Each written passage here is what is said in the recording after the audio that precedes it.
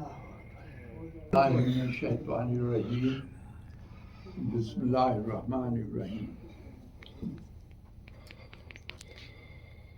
حدیث ہے کہ میں تم سب سے زیادہ اللہ تعالیٰ کو جانتا ہوں۔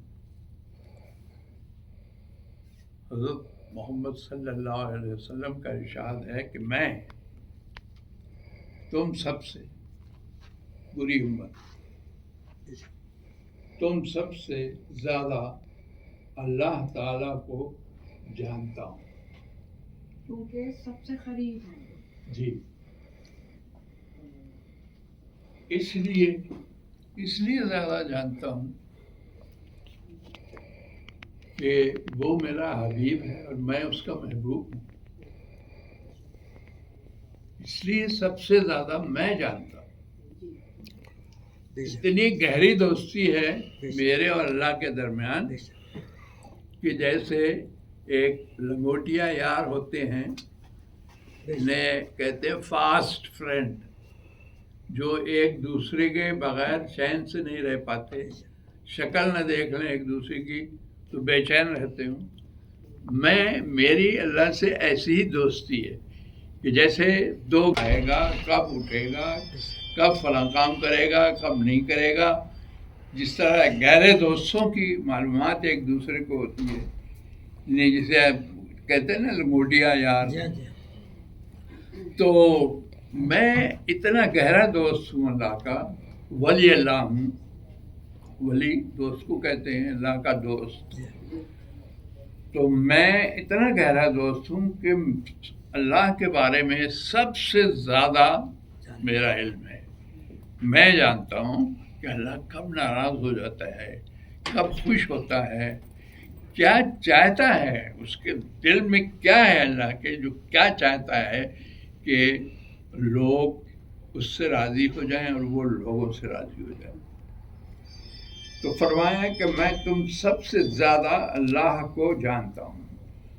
عائشہ صدیقہ رضی اللہ تعالیٰ عنہا سے روایت ہے، وہ فرماتی ہیں رسول اللہ صلی اللہ علیہ وسلم نے لوگوں کو کسی کام کا حکم دیتے تو وہ ایسا ہی کام ہوتا جس کے کرنے کی لوگوں میں طاقت ہوتی۔ سمجھایا تو تمام اصحاب کرام وہ ایسے ہی کرتے تھے، یعنی پورا کام کیا کرتے تھے، بتائی ہوئی بات کو پوری طرح اس پہ عمل کرتے تھے اور اس کا استفادہ حاصل کرتے تھے۔ تو اب جیسے ایک ڈاکٹر ہوتا ہے نا کہ یہ گولی جو ہے نا دوپہر کو کھانا ہے، صبح نہیں، رات میں نہیں، صرف دوپہر کو کھانا ہے، اور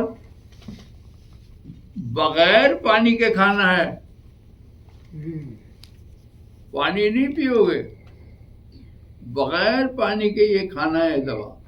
تو ایک مریض ہوتا ہے، اس کی کیا رسپانس ہوتا ہے، ایگزیکٹلی وہی کرتا ہے جو اس کو ایک ڈاکٹر حکم دیتا ہے، کیونکہ ڈاکٹر کو پتا ہے کہ اس بیماری کا یہ علاج ہے اور اس کی یہ دوا ہے اور یہ دوا یوں کھائی جائے گی، اگر اس میں آگے پیچھے ہو گیا تو پھر وہ رزلٹ نہیں آئے گا جو مطلوبہ رزلٹ ہے۔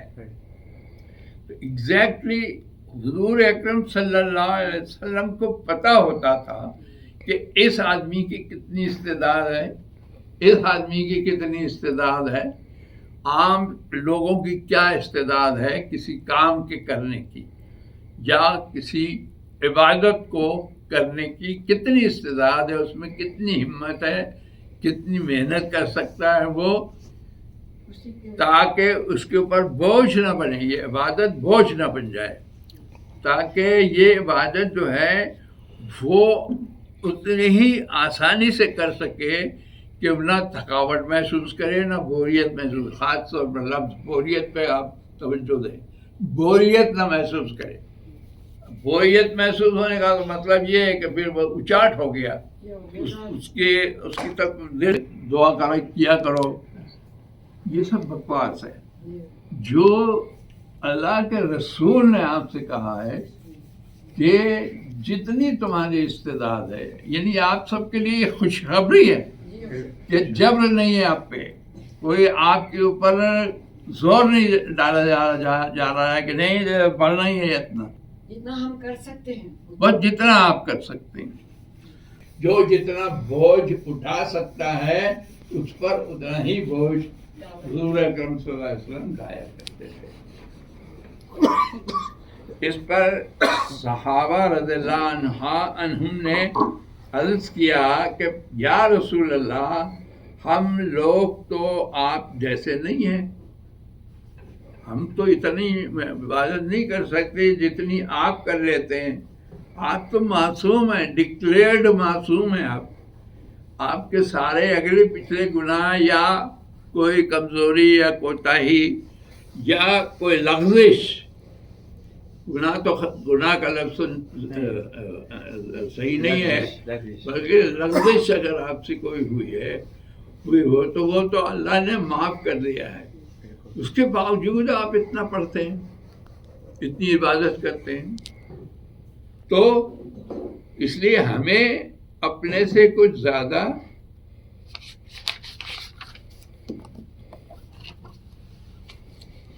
عبادت کرنے کا حکم فرمائیے.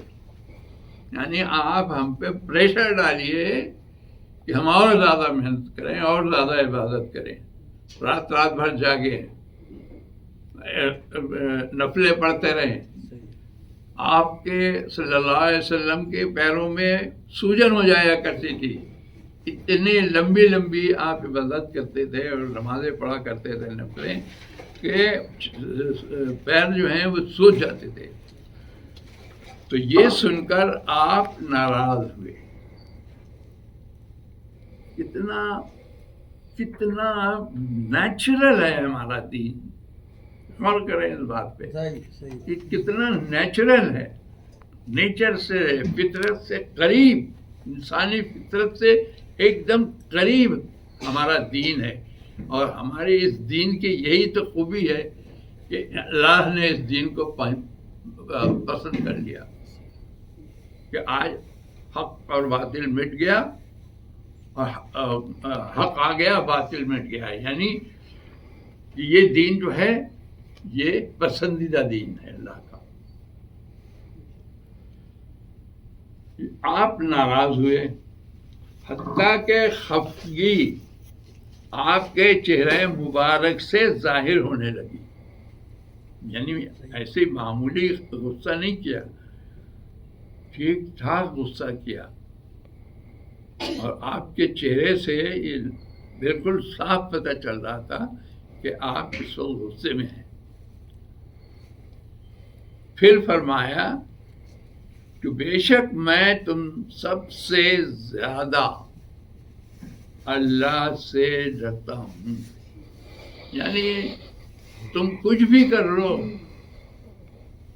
خوف خدا پیدا کرنے کے لیے اپنے دل میں کچھ بھی کر لو، اس درجے کو نہیں پہنچ پاؤ گے جس درجے پہ میں اللہ سے خوف کھاتا ہوں. یہ عظمت ہے میرے رسول صلی اللہ علیہ وسلم. اور تم سب سے زیادہ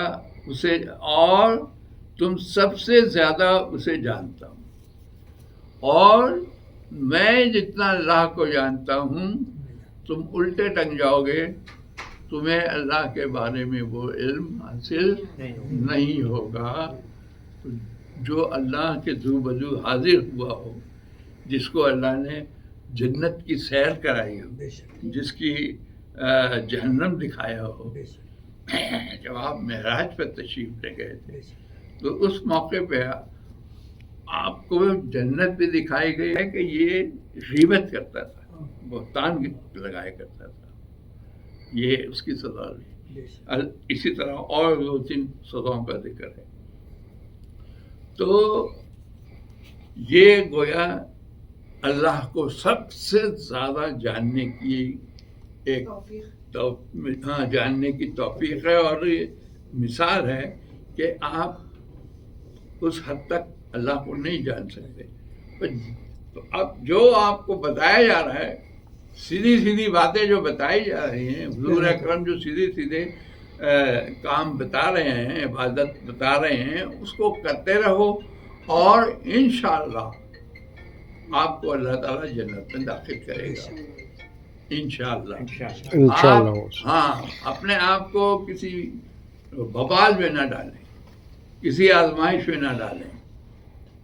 یہ ان لوگوں کا کام ہے، ان مولویوں کا کام ہے. اس طرح کی جو باتیں بتاتے ہیں وہ بہت کم علم رکھتے ہیں، بہت محدود علم ہوتا ان کا. 2-4 کتابیں پڑھ لیتے ہیں، اس کے بعد وہ ممبر پہ بیٹھ کے پھر لوگوں کو بتاتے ہیں.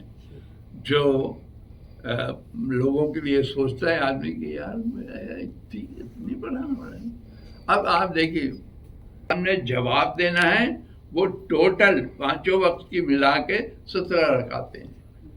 یعنی 2 فرض صبح، 4 فرض ظہر، 4 فرض عصر، 3 فرض مغرب، 4 فرض عشاء. کتنی ہوئی؟ 17. نہیں، صرف فرض نماز، صرف فرض نماز. یہ سب رکعتیں تو جیسے تنخواہ کے ساتھ بونس ملتا ہے نا، ثواب ہے. آپ کو سوال خالی فرض کا ہوگا، آپ سے پوچھ گچھ جو ہوگی صرف فرض کی ہوگی. تو آپ 17 رکعتیں پڑھیں. اللہ تعالیٰ کہتا ہے کہ میں اس کے علاوہ تمہاری جو نمازیں ہیں وہ اس کے بارے میں سوال نہیں کروں گا. نہیں پڑھنا ہے، پڑھتے تو پڑھ لو بھائی، مطلب نہیں ہے اس کا. پڑھنا ہے تو پڑھو. یہ مطلب نہیں ہے کہ آپ نہیں پڑھنا ہے. آپ کو پڑھنا ہے، نفلیں پڑھنا ہے. اس کی وہ بالکل ایسا ہی ہے کہ جب آپ کا اکاؤنٹ شارٹ ہو جائے گا نا، آپ کا اکاؤنٹ پلہ جو ہوگا ترازو کا، اس میں ایک طرف آپ کی نیکیاں رکھی جا رہی ہیں نا، ایک طرف بدی رکھی جا رہی ہے، اور پلڑا کدھر بھاری ہے. مثال کے طور پر آپ کا پلڑا برائیوں کی طرف بھاری ہے. تو اب اگر آپ نے نفل نمازیں پڑھی ہوں گی اور اسے عبادات کی ہوئیں گی تو اللہ تعالیٰ اس کا اجر اس پلڑے میں ڈال دے گا. آپ کا پلڑا نیچے ہو جائے گا، ہلکا پڑ جائے گا. اس طرح سے ان نمازوں کا یہ فائدہ ہے. اسی لیے میں کہہ رہا ہوں یہ بونس ہے. جیسے دفتروں میں لوگوں کو تنخواہ ملتی ہے اور سال میں 1-2 بونس ملتے ہیں.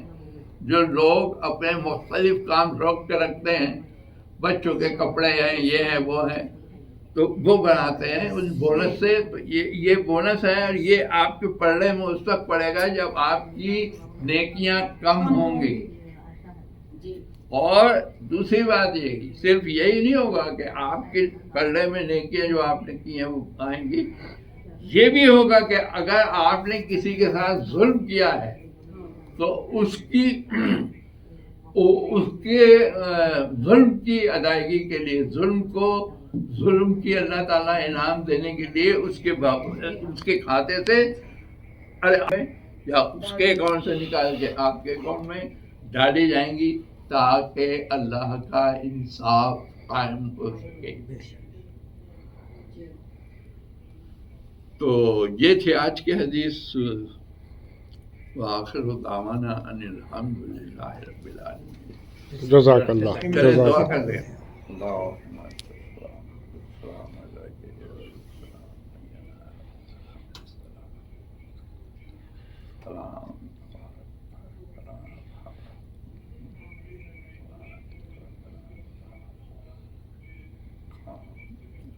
اللہ جو ہم نے پڑھا سنا اس کو ہمارے دل میں مستحکم فرما دے. آمین. اور ہمیں اس پر عمل کرنے کی توفیق عطا فرما. آمین. اور مولا توفیق دے گا ہم تجھ سے قربت حاصل کر سکیں، آمین. اور زیادہ سے زیادہ جان سکیں. آمین. اللہ تعالیٰ ہمارے جو مسائل ہیں ان کو حل فرما دے. آمین. ہمارے ادارے کے لیے مولا اس میں برکت ڈال دے. آمین. صلی اللہ تعالی علی خیر خلقہ محمد و آلہ و صحبہ اجمعین برحمتک یا ارحم الراحمین. جزاک اللہ.